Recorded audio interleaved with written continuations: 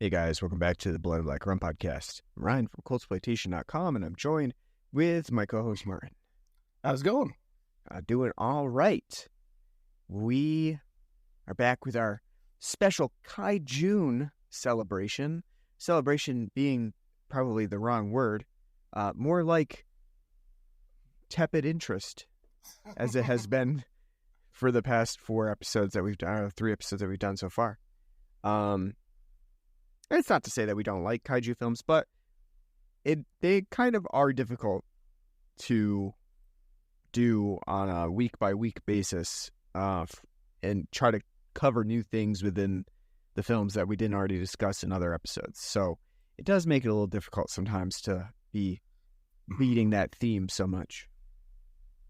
It's kind of funny because thinking back of like all the horrible, horrendous shit and schlock we've had to wade through due to you. This might be like the worst offender. You just have because you know what? At least you got as miserable as those Costas Mandalore saws were. At least you got something out of it. There was entertainment there. Well, you just have a penchant for hating on kaiju movies for some reason. Just a thing. Like I said, they're just not for me. They're just not. Yeah, I mean, they're widely revered too. Lots of people love them. You should have seen the. Well, I guess that means you're Jagoff. Yeah, there was so much love for the Criterion Collection Godzilla release and the Gamera releases that Arrow did, and here you shitting on. Hold on, I love that the Criterion version of Godzilla and that Arrow's release of Gamera. Well, that right there shows again why is Godzilla in the Criterion Collection? Because it's an important historical footnote. That's it.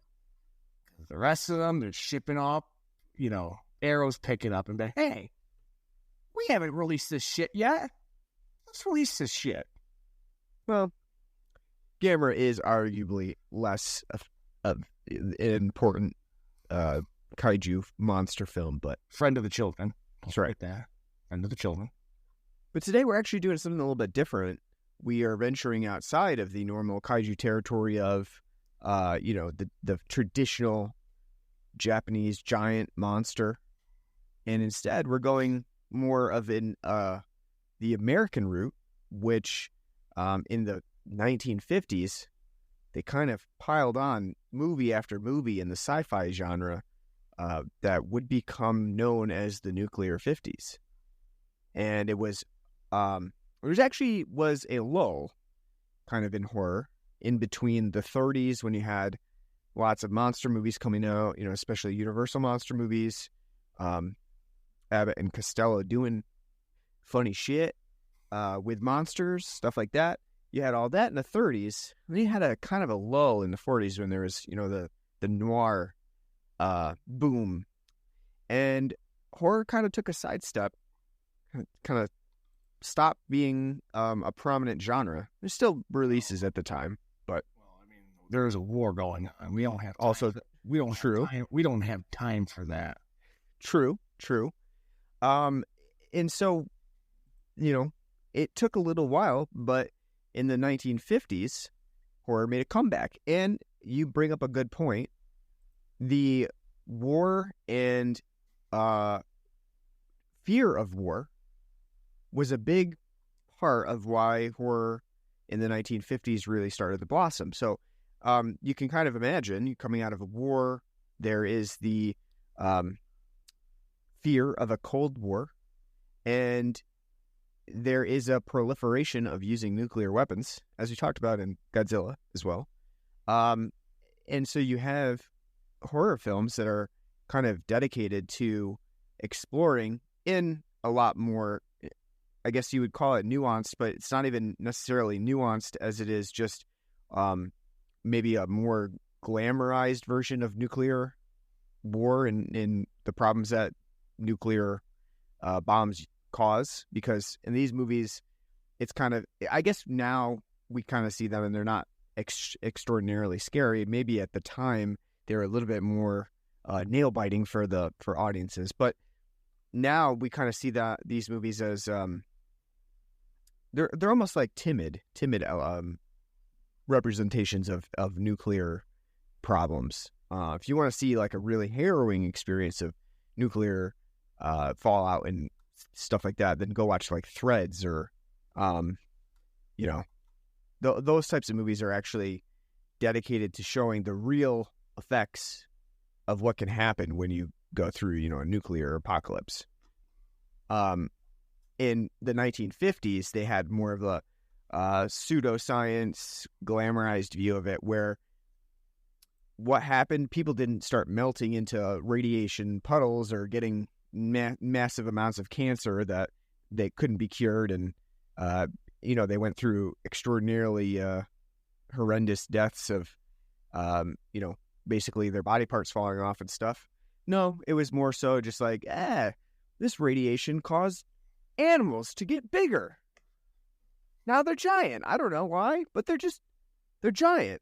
And now they've started to wreak havoc. And so, I don't know. How do you feel about that? Like, do you feel like it was a way to kind of take away from some of the real life terror and atrocities that could have been committed by a Cold War style, like warfare? It's definitely a mixture of both. It's definitely, I think and the more you watch, like, these types of films from the 50s, there's definitely both going on. Like, some have that kind of tongue-in-cheek nature of like, this is all goofy, what the hell's going on, to, a more serious kind of commentary on, the going-ons of the day. I think the film that we're doing today is kind of it's definitely one of those that's definitely more, I think, grounded and sobering, kind of like Godzilla, because I think even more so, which is why Godzilla, as we talked about when we did it, is so impactful, because again, it's only 9 years after the bombs were dropped on Hiroshima and Nagasaki, and having Japanese people make a film about, the dangers of nuclear, war and fallout, and the potential environmental harm and societal harm that can come from it, is why that film is so impactful and works on that scale, is because of that connection that they have, and, the effort that they may put into, telling that story. With us, when it comes to, like, 50s horror film, not horror films, but 50s, like, sci-fi, like, nuclear films like this, it's definitely a mixture of, some of them are tongue-in-cheek, but also it's, not even necessarily about, nuclear proliferation and the effects of it, but just overall Red Scare. Mm-hmm. I mean, there's something to be said about creating a movie that is fairly outlandish to the point where it does kind of, give people something of a laugh too, right? Like, because it was a very stressful time period. And so instead of, giving you a movie where you're just going to live the thing that or experience the thing that you're already experiencing, it's more of like a way to have some sort of catharsis, like mass catharsis for the audiences. And of course, they're still offering up these, like, especially some of the other films that really go into, like, the issues with radioactivity, like this film that we're going to talk about. Like, they do give some problems and some moralistic themes towards the end of the movie, but they're also clearly not steeped in, like, a reality that I think probably makes more sense for audiences at the time, because just like us living through a pandemic and stuff, a lot of times, you didn't go rushing to go watch another movie about a pandemic while you're living through it. Although some people did, like, some people did go and watch a couple of the movies to try to, like, get some viewpoints of how to live through a pandemic. But I think it makes sense that you wouldn't necessarily want to watch a movie about realistic nuclear warfare while you're living through it. So the movie that we're covering is Them, with an exclamation mark. I was just saying, not them. Them. you have to make it exclamatory when you say it. Like it's a rule. It's not in the title, so you have to. It's not just that. Like in the trailers, they couldn't just say, from Warner Brothers, Them. No, they have to literally yell it at you in every single trailer. It's a movie that really is pretty widely known for being one of the big contenders in the 50s, the nuclear 50s. And I will talk about that. I think we'll talk about some of the reasons why this one may be considered, right, exactly. In the Criterion Collection. Up there with the Blob in terms of 50s quality. I will say, one thing that I love about these type of films is, in my head, every time I think of like a 1950s nuclear film like this, all I think of is like in the Angry Beavers when Norbert and Daggett are watching movies on the TV and they're always like film shitty movies like this, like, oh no, the hand with no fingers and the thumb is chasing us. What shall we do? Yep, they did a good job of parodying that. You know what I'm talking about, right? I do. Yeah, I do.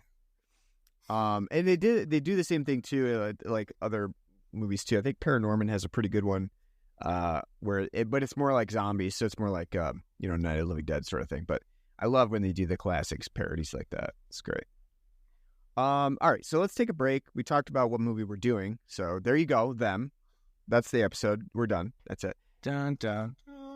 No, I'm just kidding. We'll come back to that thought in just a second. But first, let's talk about the beer that we have on the show today. And we have one that I pretty much I went into the beer store and I pretty much knew what I needed to get, and I just got it and I walked out. Like that doesn't happen often, where I just go into the store, I know what I'm getting, and that's all I get. Yeah, exactly. But you know what? I've already spent quite a bit of money this past couple of weeks on beer, so I was like, I'm not gonna go overboard today. I'm just gonna get what I get and get out of there. That's right. Riding a strict pounding Modelo's at the ball game yesterday. Yeah. So we actually knew we wanted to do this at some point. We've been talking about it for a little while, and the stores had it for a while, and we just didn't get it at the time when it first came out. But we knew we wanted to get it. So we're again running back to the Ommegang OMG series that they do. Ommegang being a local brewery around us, Cooperstown, New York. You can go visit them and go visit the Baseball Hall of Fame as well. Make sure you do both. It's a nice little community up there as well. There's also a Cooperstown Brewing, so you could hit that on your way as well. I'll never believe it. They have baseball-themed beers. Yeah, absolutely. So we love to support Ommegang, one of our favorite local breweries around here. And they've been doing their OMG series for quite a while now. They've got a number of releases under their belt, which is, I think, a way to do limited style releases that don't necessarily fit into the brewery's general MO of what type of beer they release. Because this is generally a Belgian style brewery. Their main line of releases are Belgian style type beers, but the OMG series kind of steps outside of that, and it does more IPA related releases, more different styles, and I think that's what they intend with this series. And we pretty much had them all, and I think we've covered most of them on the show, if not all of the ones that have released so far. I know we've done a lot. We might have missed a couple. So we wanted to keep with that theme, and we decided to get the Frozen World, which is a double cold IPA. And there's a couple of reasons why this stands out to us. First of all, we love Ommegang. We wanted to continue the series. We don't want to get FOMO from not getting this particular OMG release. But then also, we have been interested in the cold IPA trend as well, which was something that has actually died out. Didn't last very long at all, to be honest with you. It lasted that winter, and then it's pretty much already gone. Like I have not even the ones, even like the breweries that were making more widespread cold IPAs. I literally have not seen them anymore. So I guess this trend is pretty much dead on arrival, and it kind of is in a similar vein of the IPL, which generally doesn't do that well either. That's long since been forgotten. Right. But this is a double cold IPA, and I think one of the reasons why the cold IPA just never really stuck with most people is because it is a brewer's beer. It is something that and I think we talked about this because we've had one other cold IPA on the show before. It's something that I think really only brewers appreciate because they truly understand the intricacy or the what goes into making a cold IPA versus a regular layman, someone who doesn't brew beer or anything, including us, who sit down and are like, I don't know, it tastes like an IPA to me, right? And kind of like, make the label unnecessary. For brewers, maybe this is something different because the special thing about the cold IPA is that it's fermented cold like a lager, but it's an ale, which is supposed to do different things for the beer. It's supposed to pronounce the hops. It's supposed to cut down on the bitterness. So unless that's like really prevalent in the taste, it's hard to really get excited about the cold IPA as anything other than just like another type of IPA. So I think that's why it just hasn't done that well. What do you think? As I'm taking this big old gulp. I mean, it's good. I mean, they're good, but like, I mean, I would say they're a beer where they're a jack of all trades and master of none. Mm. Because they make it's a nice IPA style, but there's nothing that makes it stand out. It's very hard. I mean, I always have a hard time describing them because I mean, there's nothing that really makes them. I mean, this is very good, but like. I don't really care. Like, if the whole marketing behind it is because it's, on process and as how it's made, I don't care. Mm-hmm. Right. That's not anything, that's going to speak to me. And I think like, even with this one, which is a double cold, which truthfully we've not had on the show. We had a single cold. This is double cold IPA. Truthfully, for me, I mean, while I could sit here and say I think I notice a difference in it, I think most of it is really based on the marketing itself. So it's telling you this is how you should experience this beer. It should be hop forward, but without the bitterness, which is, I guess, what I get. It's like a gentle version of a West Coast IPA, like a West Coast IPA, but it's not nearly as hoppy. Like, it does have like those West Coast like style, hops in there. This has Citra, Amarillo, and Cashmere. Mm-hmm. So it's definitely got a little bit more pininess to it, a little more stickiness to it. Still smooth and crisp, like because of the cold fermentation process. Like a lager. Yeah. Yes, and so I mean, it is really good, but like I said, at the end of the day, though, like there's no, like I said, there's no hook. There's like, it's not like an excellent West Coast. It's not like an excellent NIPA. It's not like an excellent, milk milkshake IPA. Something that's like just different and has a hook to it. So I think you're kind of right in describing it as like a brewer's beer, like something that like, if you're really into the whole chemistry and how to build something and what it takes to build it, you'd be impressed with it. But me, the layman who just likes drinking them, I mean, they're good, but like you'll never see me running out for them though. Yeah, I mean, I think with this one, this Ommegang Double Cold is really good. It's very, It has a nice hop balance to it. I actually really like the combination of hops that are going into this, Citra, Amarillo, and Cashmere. I think that works really well. It's got a nice, I think it has a distinctive flavor to it with those types of, that combination of hops. And yeah, maybe they're a little bit more hop forward. I don't know. I mean, it's hard to say really. I don't think that this is extremely bitter, so I think they've succeeded in that regard. And it is nice and light for an 8% beer, so I think that works too. Like, they're marketing this is called Frozen World because it's meant to be a cold IPA that you can enjoy on a hot summer day. That's kind of like the key here. And I think that works. It is really good and drinkable for a hot summer day. So in all honesty, I think like the beer itself is a success. What I question is like the cold IPA element to it in general. Like, would it matter if they had just said this is an IPA and it hadn't specified that it wasn't, cold fermented? Would I care? Would I notice? Or would I just be like, that's a good IPA? That's probably what I probably wouldn't notice. So it's a marketing thing, but you know what? At the end of the day, I think the beer itself is pretty good. It's got Minecraft on it too. I do like the can a lot. I mean, I know you said Minecraft, but to me it looks like Adventure Time, and I like it. It is a really cool can, so I'm going to keep the can.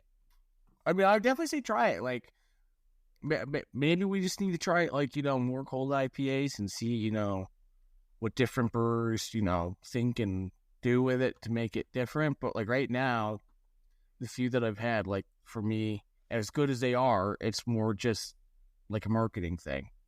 Like, it's beer that, wasn't meant to be released, and, like, their brewmaster and brewers are dicking around with, and they're like, we got to get rid of this shit.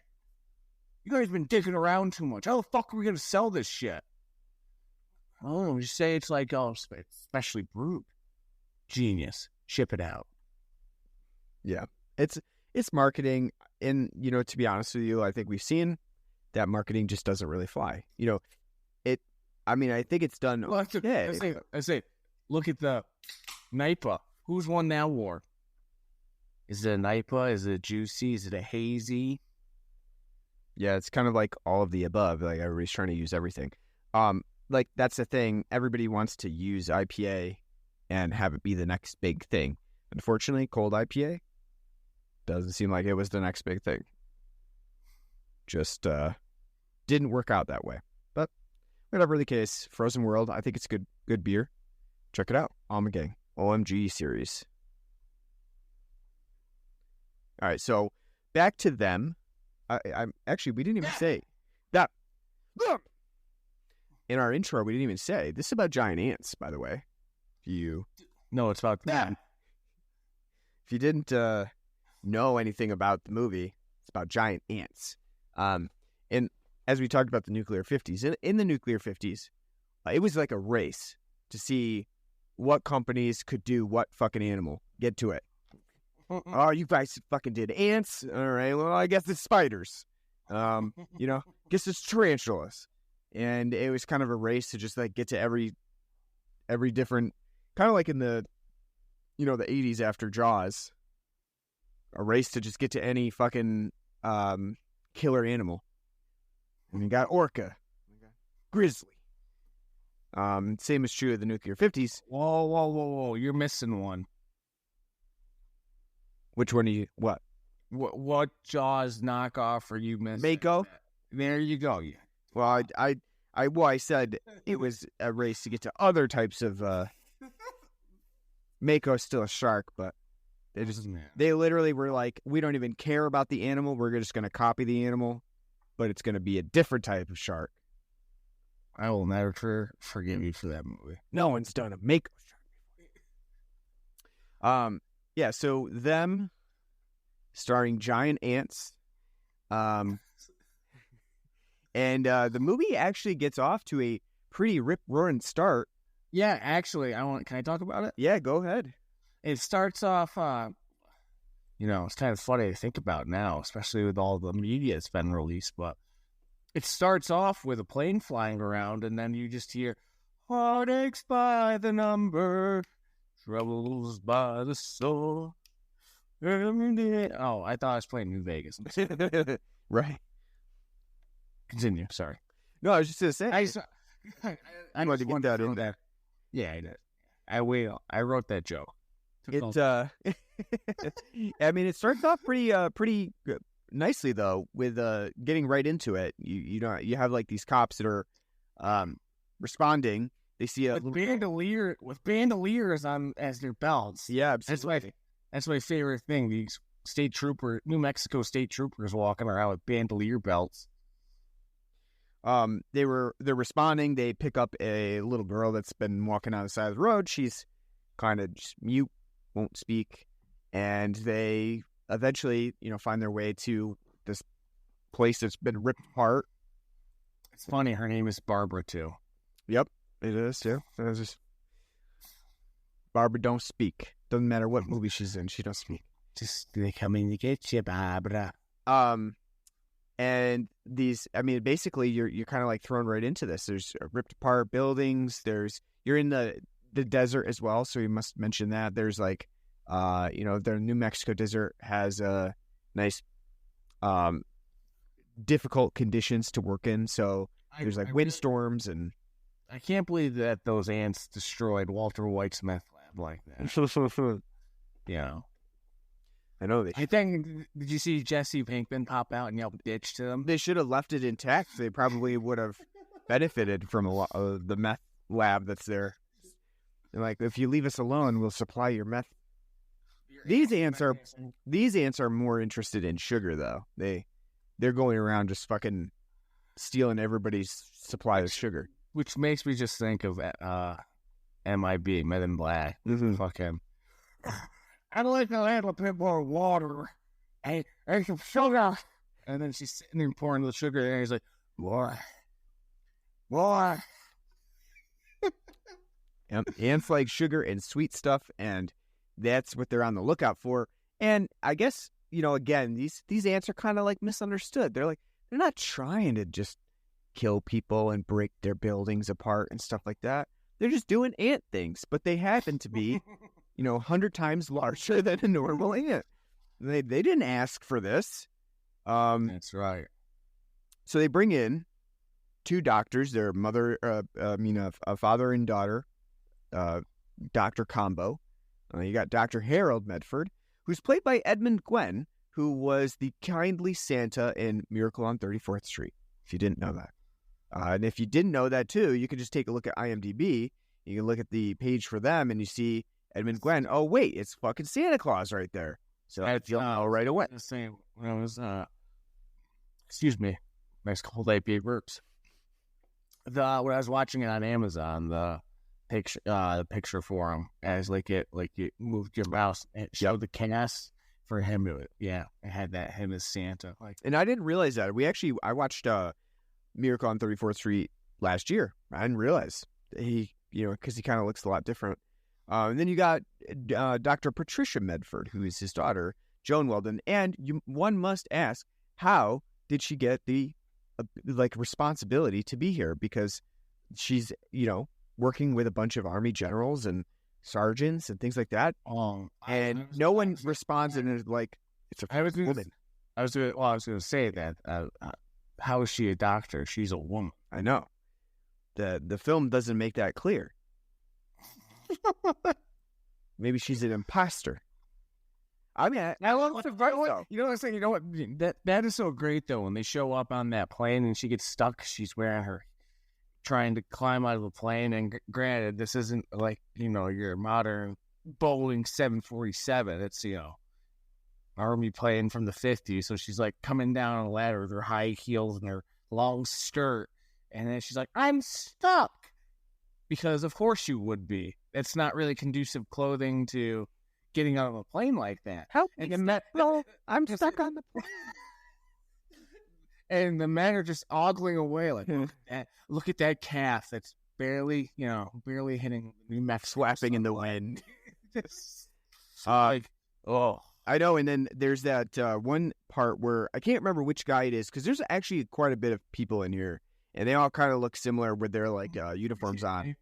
But the one guy, they're talking together, and she's like something about dinner I can't remember the exact thing. He's like, I'd like to take you out to it, but for right now. It's like, Jesus Christ, stick to the fucking job. Can't you? No, I would say that's FBI agent Graham. Is it Graham? Yeah. Yeah, he's like, I just want to have sex with you once. I want to nut in you. You have my kid and you make me my meat.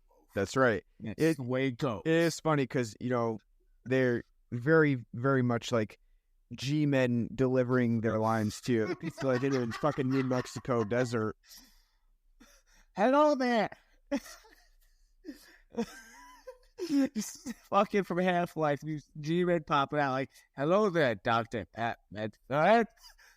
I know. Things are happening out here at Black Mesa. But I actually really like, and I think what really drives the opening of this movie, I think that both Edmund Gwenn and Joan Weldon do a really good job and have really good camaraderie throughout, kind of setting up the idea of these giant ants. And at the beginning of the movie, too, we should know, you're not privy to the fact that they're giant ants. These guys are brought in, and they actually, like, start banding around giant science words. They're like, I forget the term for the study of ants. It's myrmecology. Yeah, myrmecology, yeah. Yeah, which I wouldn't have been able to pull that out of my ass. And so it is kind of nice. Like, I think it's some pretty good writing, actually, where they are setting up this idea, but you don't really, especially as a layman, you're probably not going to go in. Who in 1954 is like, oh yes, myrmecology, the artful study of myrmecology. And which I mean, they are the best part of this film, though, because they're the best well-acted and most well-rounded, because poor James Whitmore as Sergeant Ben, and James Arness as Bob Graham, the FBI agent. They're too, come on, tell it to me straight. What's going on here? We need to know. Listen here, woman. I know you're trying to do your job, but we have a job, too. And you know what? We need to know, too. And I would like to take you out to dinner tonight, because it's been a long time, and I'm pent up right now. I will, if you don't, I will hit you with a cast iron skillet. God damn it, But so like, those two are definitely the best, and the most well-rounded and most not stereotypical. Yeah, I'm not saying James Whitmore and James Arness do a bad job. They don't, but I mean, it's very much they're written to be total just blank sheets of like very stereotypical 50s sci-fi dialogue. Yep. And actually, I think that Edmund Gwenn does a fantastic job. I was saying he does remind me of what Donald Pleasance would be doing later on, when he's playing like, Loomis or any of his other roles where he's kind of like in the position of knowledge. The difference, though, being he's more sober. Well, yes. Well, kind of. I don't mean that in like poor Donald Pleasance being drunk. I mean, like, I'm just saying, like, he's Edwin Gwenn, he's more sobering in how he's depicting things. I like that because if you go on that Donald Pleasance train slowly but surely by the 80s, he's going no. It's true. It is true. Actually, in this movie, Harold is very calm takes everything in stride. Exactly. For the amount of shit that's going on and the magnitude of what's happening, he's very calm considering. So he's just like, when they're like, yep, we're too late. He's like, yep, we're too late. We're going to have to go find him. He's just always like very meticulous. Yeah. There could be a fucking giant ants flying around. He's like, yeah, we'll figure that out. Yeah. I mean, I think he does a great job, though. There's great delivery. One thing I will say is that I am surprised that these guys didn't tell him to get to the point, because he often wiggles around it. And like, there's that whole scene. Actually, they do tell him. They're like, why don't you just tell us what the fuck is going on? Like, if I'm wrong, there's no problem. But if I'm right, we have a major issue going on. We're going to die. We're all going to die. So, there's that whole scene where they're watching the ant. Basically, it's like a nature documentary about ants. And he's, they're trying to, it is a very time-sensitive manner here. There's queens flying around and potentially going to be laying eggs across the world, and they're giving basically a rundown to the Washington D.C. and here Harold is giving them a nature documentary like, and the ants will dig a tunnel down 30 feet perhaps, and they have these little nooks and crannies for in case rainwater washes in. It's like everybody's just sitting there like, get to the fucking point. One guy's nearly eating his cigarette, you know? Did you notice that too? No, I did, but I also love too. So, you gotta love the 50s. Ashtrays everywhere, hobos, everyone's got a cigarette. Like, hey, you're going to be in the looting bin? Here's your smoke. You know. The one guy's perfected talking entirely with the cigarette in his mouth. And like bouncing up and down. Doesn't lose it for a second. Just think with like how expensive cigarettes are now. Like, you can't afford to be yapping around. Absolutely not. But it does make, it's no wonder all these movies made smoking look so fucking cool. Everybody's doing it. You got all the, the biggest names in the movies are doing it. Washington, D.C., all the FBI agents are doing it. So it's, no wonder. Just like spread like wildfire. Sorry to interrupt, but we have a new OMG series that we're going to have to try. What's up? Melon Falls. Oh, a melon one, huh? It's a watermelon Kolsch. Oh, very nice. Yeah, we'll have to check that out. The can looks still delightful. Haven't seen that one around yet. What do you think about when the ants are first spotted? It's about probably like 30 minutes in. Well, okay. I mean, they are what they are. I do like the fact that, unlike Kaiju, it's not, some dude running around and in a suit smashing shit. Granted, it's still, 50s Hollywood, so it's a lot of just on studio, stage all set up, but no, they're okay. I like, the one thing that did get tiring after a while was listening to the ants, like, chirping to... Yeah, what do they call that? Stridulations? Yes.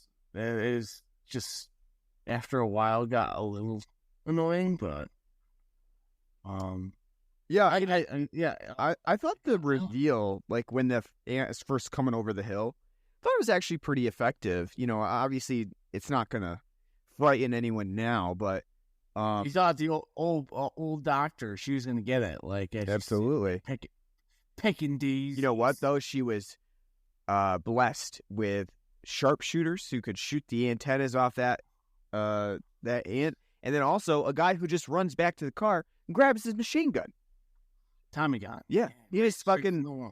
All of a sudden, he just runs away and fucking comes back, and he's brandishing his machine gun. Didn't you like how the doctor is like, shoot the antenna, shoot the antenna?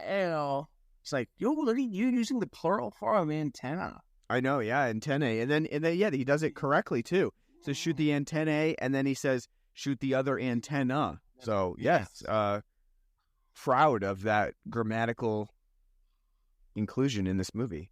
To be honest with you, the movie is actually, at least from my perspective, pretty sound in its science. Not so much, obviously the nuclear element to it. That's sort of stretching it, and it just relies on the disbelief of the viewer. But the other stuff, all of the ant stuff, I was like, okay, that makes sense. Ants lose their wings. I've seen, ants with wings at one point. I learned something new. The queens are, at that point, queens are knocked up and they're flying to try to find out where to lay those eggs. So I know that now when I see an ant with wings. So it was a very good educational movie as well. You get a lot of information about ants. And delivered in a very, very good manner from Edmund Gwenn. Yeah, I mean, I think that the ant designs are fine. Again, we're being lenient here because it was the 1950s. And if I remember correctly, I feel like I I heard that this movie only had a limited number of ants that they had, like the giant ant costumes that they had. Which makes sense, because again, like, it's like, well, yeah, if you think about ants, like, they should be reproducing left and right. So the fact that there's not a billion of them by the time the film's ending, is kind of a little sussy. But yeah, I mean, I feel like they only had so many, so they could only have like 4 or 5 on screen at once, and that's all they had. So they had to keep bringing them back, so they could, that's why constantly our dear doctor is yelling, "Don't burn them! Don't burn them!" Exactly. He wasn't acting. He's like, "Don't burn the goddamn costumes." Yep. Yeah, they said they only made 2. So yeah, at any given time, you're only really seeing like 2 on screen at one time. So yeah, I think that's interesting that, like, they really had to work. They had to make movie magic here because they only had 2. So I think that the effects are fine. You can't really judge them too harshly. But I think it does a good job of, unlike some of the early kaiju films, there is maybe a better suspension of disbelief with these ants, because it doesn't necessarily look like they're on a set with buildings that have been created. It is more, I don't know. I think it just puts you more into the fray, because they are actual large mechanical beasts instead of a guy in a suit on a model set. So I think they did a pretty good job of that. What do you think about the Wilhelm screams that are in this a couple times? Beautiful. Love it. A couple. What do you mean you mean 1,000 times? every time somebody's touched, they go. It's awesome. And to be honest with you, that is a pretty grisly death that one guy gets. They on screen, they basically the ant's got him in his mandibles. It's chomping down on him. Obviously don't see anything, but I thought it was pretty graphic for the time, having him be basically eaten, and it's great. Then you get the Wilhelm scream. It's lovely. It's not lovely. It's amazing. Love it. I always think it's hilarious when they pull that thing out. Just to I guess it was for ease of use, right? Like they didn't have to go to the Foley studio and get somebody to record a scream, but it's always really funny to me. Can you imagine being the audio editor? Like, what if we just sprinkle this in here? I know. You know what this needs? It needs a little more.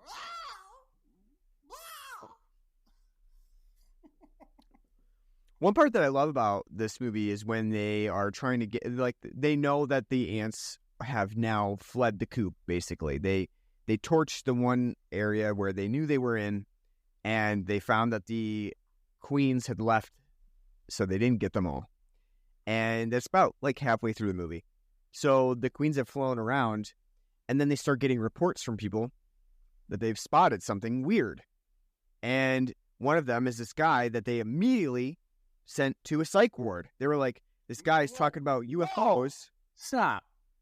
They sent him where? To a sanitarium. No. Let's call it that. A loony bin, goddamn. Get with the times on your what's going on. They sent him to a place for mental health. No, that's not what they told. That didn't exist in 1954. You call it like it is. They sent him off to the loony bin. The loony bin. I mean, I think it's hilarious because the guy's like, he calls in, he reports like, hey, found something a little weird.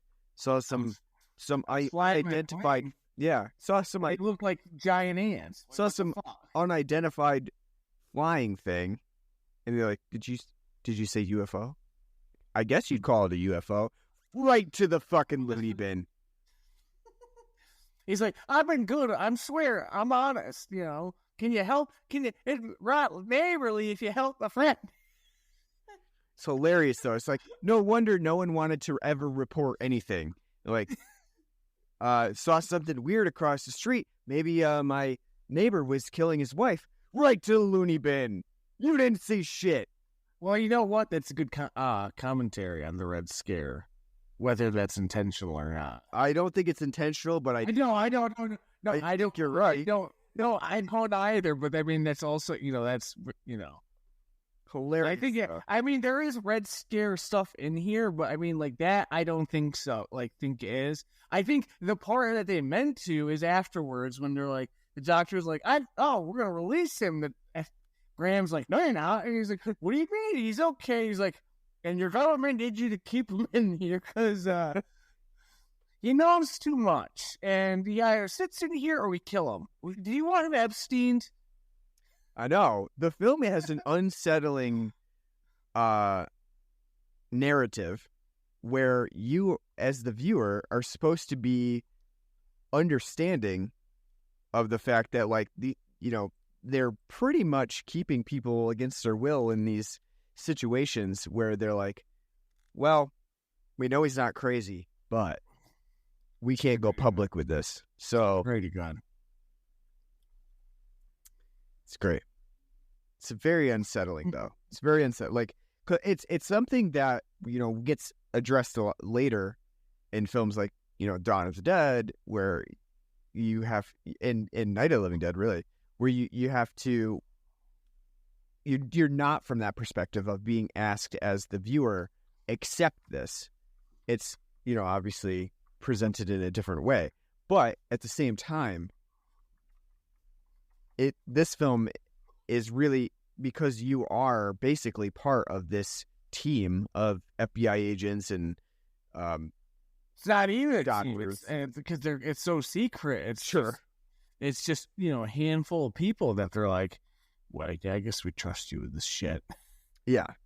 It's definitely like, and actually they don't even release this information to the public until probably, I think, like 20 minutes to the end of the movie, when they're like, shit, this is out of hand. We literally have to tell people at this point. So we have to impose a curfew and stuff. It's all about the government secrecy, and it's kind of upsetting that they keep it from the public for so long. But the film asks you to kind of accept that, and actually it kind of wants you to be okay with it. So it's interesting how public sentiment has changed. Well, I mean, again, because it's coming from a time period where, again, that's kind of the idea of like, hey, like, there's this threat out there. It's going to threaten you, but if you pull together and you rely on us, the government, we'll ride this storm through, because we're not the other. That's the important thing. That's kind of like the main kind of red scare critique in this film is that not saying it's wrong, because I don't want to sit here and say, like, watch this film and be like, yeah, you know what, fuck the government, because you know what, that's not the right thing to glean out of it either. But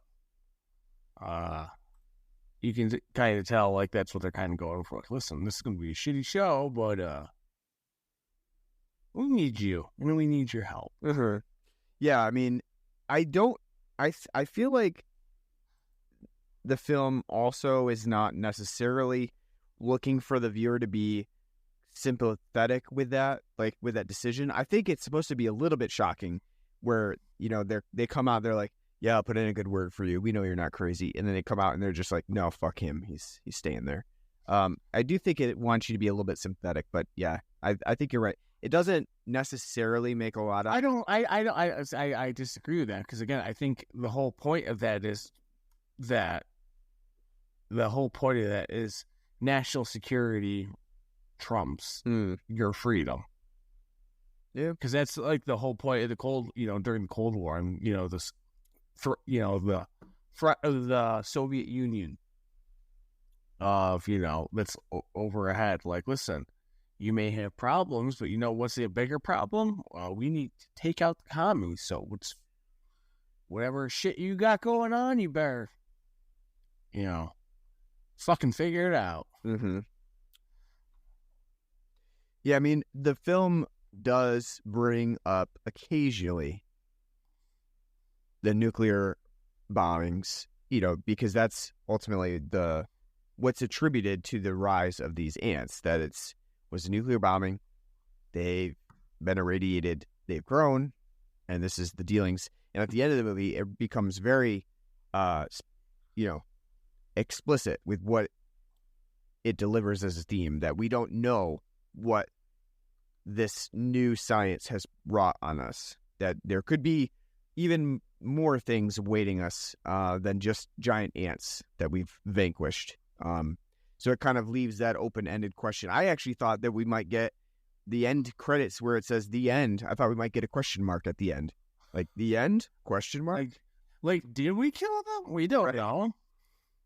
Because that's one of my complaints of this movie, is that the film has a pretty long ending to it. The finale of trying to find the missing kids. And oh my God, Cole Phelps literally just sticking around in the sewers till the end of time. And I also love like the detective work too, because, and this happens at the beginning of the movie, but they pick up like this piece of cloth that has blood on it. And he's like, that blood's been there for 10 to 12 hours. Like, how do you know? Especially 1954. Like, what's a fucking CSI level, crime scene breaking down? Have you done to figure that out? I know, exactly. I was like, how do you know? That's just dried blood. How do you know it's been there 10 to 12 hours?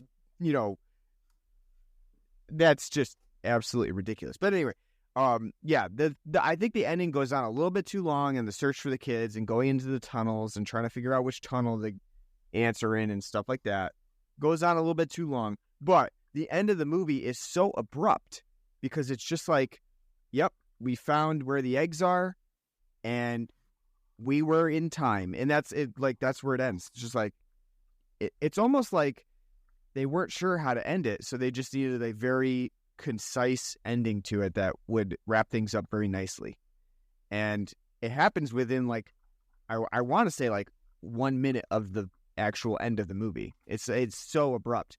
And that is a complaint that we have for all movies of the, the 50s. Sometimes it's like it's nice to see like how abrupt they kind of, but I mean, like here, it's just like literally Ben gets crushed by the mandibles of ant, and he's sitting there like, the kids are saved, get them, and everything's collapsing around. And it's like, oh, it looks like the ants are going to get away, and it's going to be like, oh no, cautionary tale, like communism's, living and thriving and surviving. And all of a sudden, they just happen to come upon the ants, that, the queen and the boys, and they're like, yeah, that's it, burn them, they burn them, and they're like, who knows what will come from this? The end.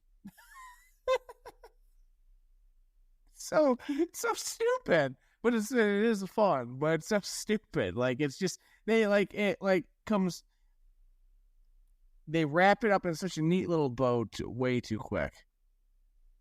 It is. It seems like it just ends so abruptly. I don't know.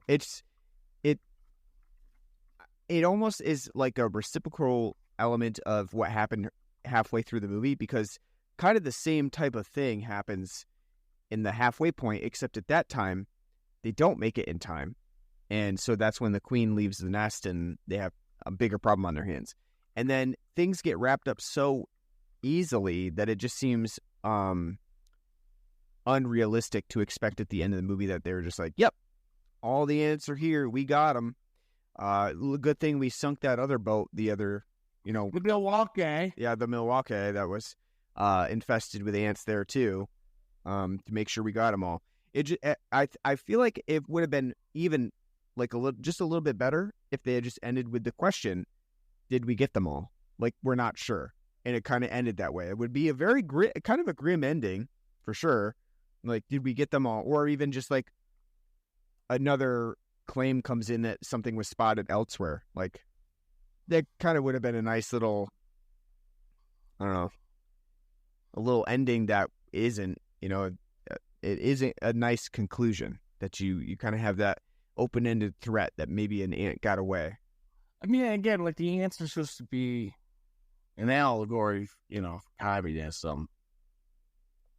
It just doesn't really work out in that in those terms because the film's pretty shallow on its theming. Because again, it's funny to think about, like, oh, where'd you blow up that bubble? Well, originally we were doing New Mexico, and then we realized, well, there's a lot of radiation. We don't know what the fuck's going on. So then we decided to blow up shit in the Marshall Islands, and that's how we got SpongeBob. Because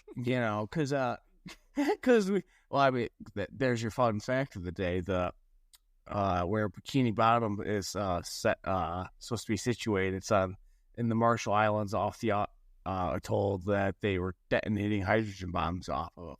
But so it's like they were originally testing out in the New Mexico desert, and like, hey, maybe we shouldn't do that, like in the continental United States. Maybe we should just bomb, somewhere off the Marshall Islands or somewhere, so it's not fucking hurting us, And we haven't really had to experience, true nuclear fallout, so. Mm-hmm. But. So, you got anything more? I don't have anything more, do you? That's about it. Yeah, I mean, I think we covered it. It's, actually, I was actually surprised that this movie was 90 minutes long.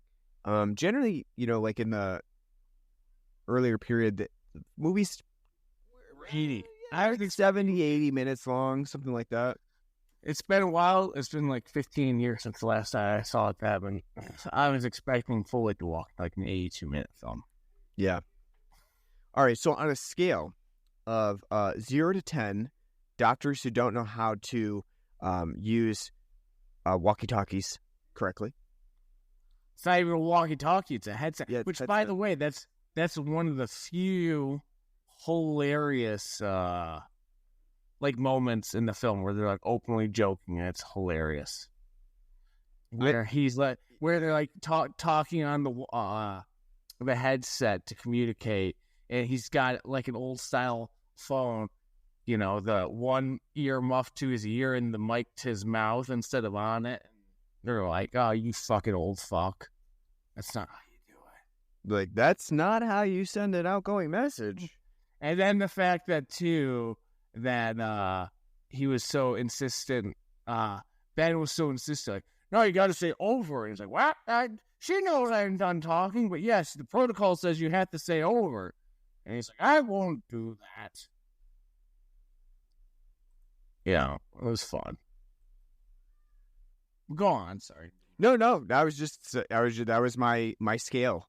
0 to 10 doctors who don't know how to use, who don't know the proper communication channels.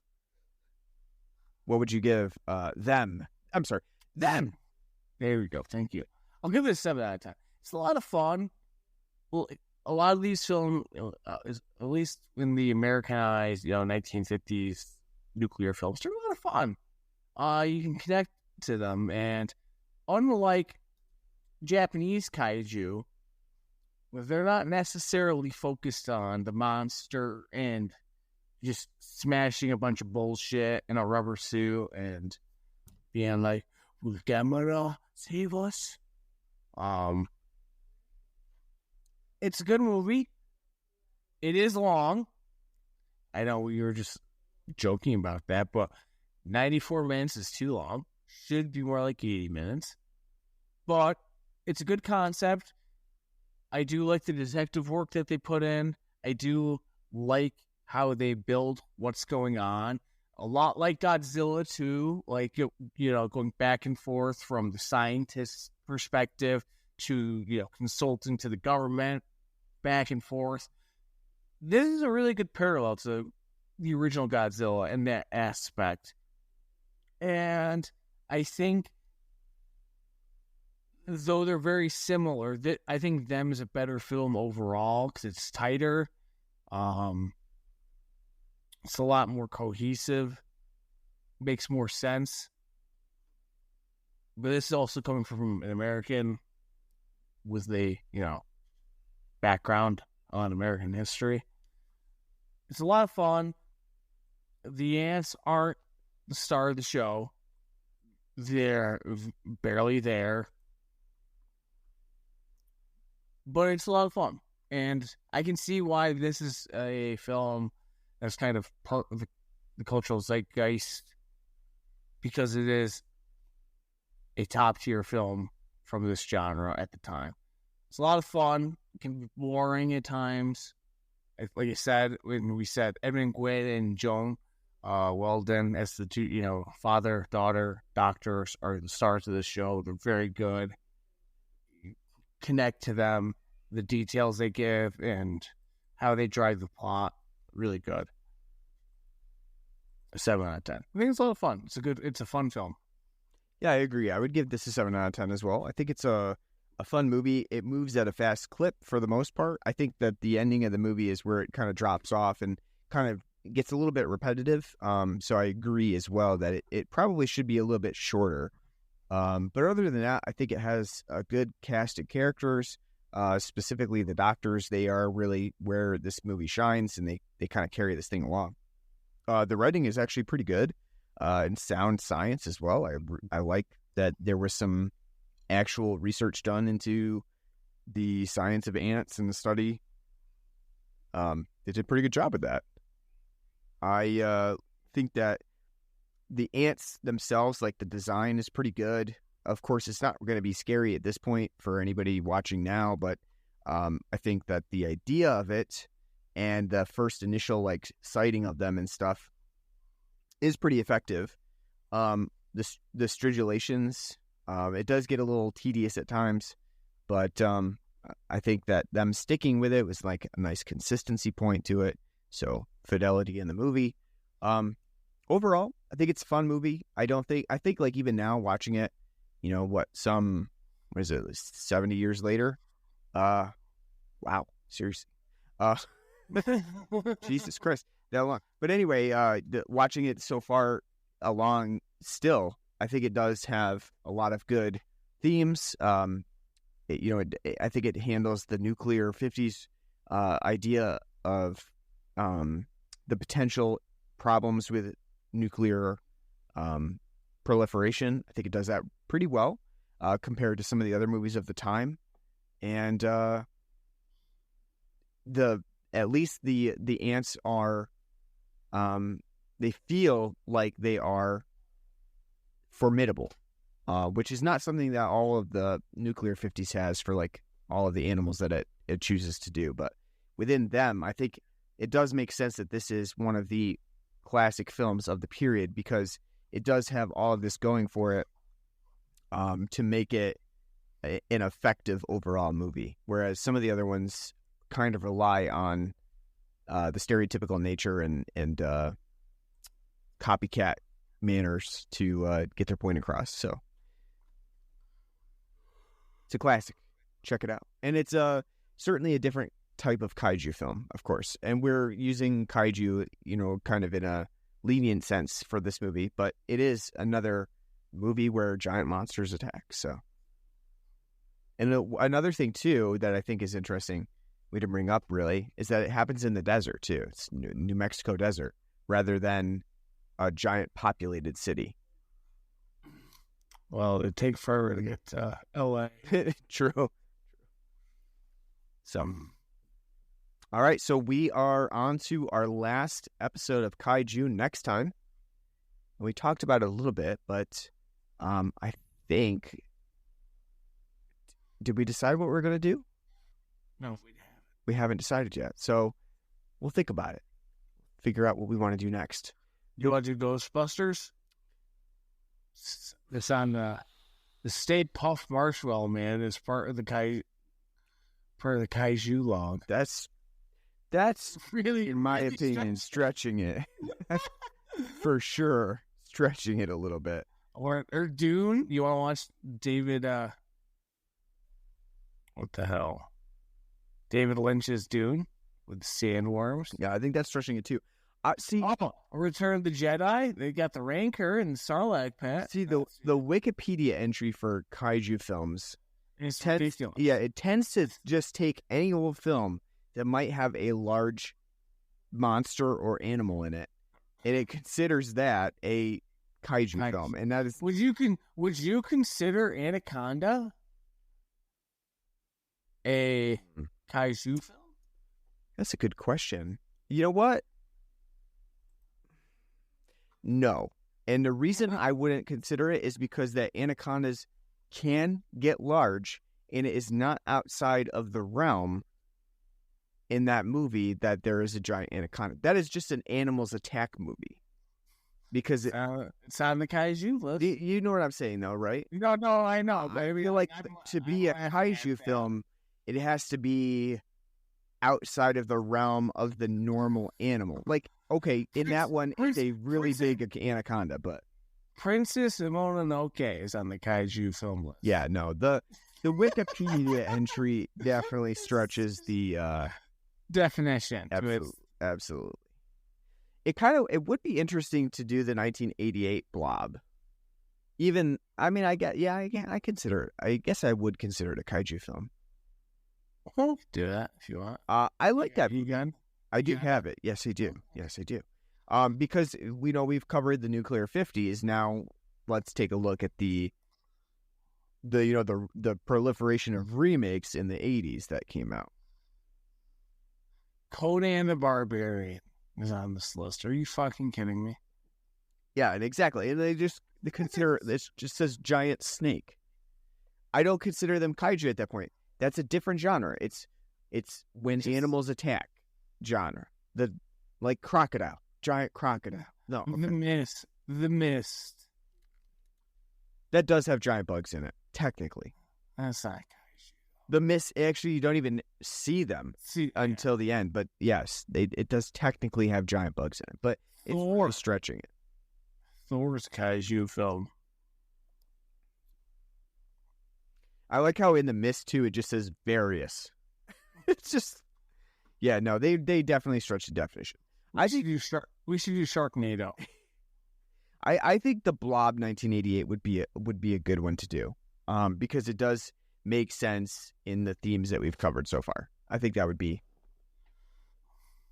makes sense. Detective Pikachu. Yeah, I saw that too. So stupid. All right, so we hope you enjoyed our episode on them. And if you want to come back and listen to us cover the Blob from 1980. That's got some racist connotations.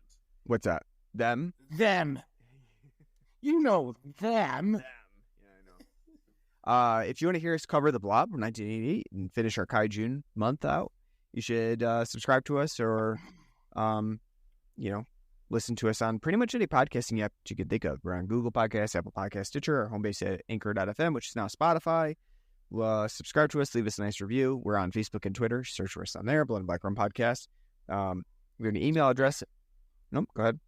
I was to say, if you're bored of KaiJune as much as I am, and you want to help buff up our beefy Red Hot Actions 80s month, which will be coming up not this month, but next month. Yep. Give us some suggestions. That's right. Write to us at our email address at bloodandblackrumpodcast@gmail.com. And we have a Patreon page too. You can donate to us. We'll put everything that we get back towards beer. If you don't, we're going to be the poorhouse. It's true. It's true. We spend so much on the podcast. As you can tell by the production values. So you can... What are you saying? Saying we aren't working in a fancy studio. We could rent out my dad's radio station, though. Do you really want to be on WENT? No, I mean, it's just they would help us. It'd be a nice place to record. We have better sound quality than them. Oh, could be. No, not could be. That's true. Oh, has a 15-mile fucking radio signature. Don't let them fool you. So you can donate to us. It's patreon.com/Blood and Black Rum Podcast. Other than that, thanks for listening to our episode on them. And we hope to see you back for our Next episode, our conclusion of KaiJune when we cover the Blob from 1988. Until then, take care.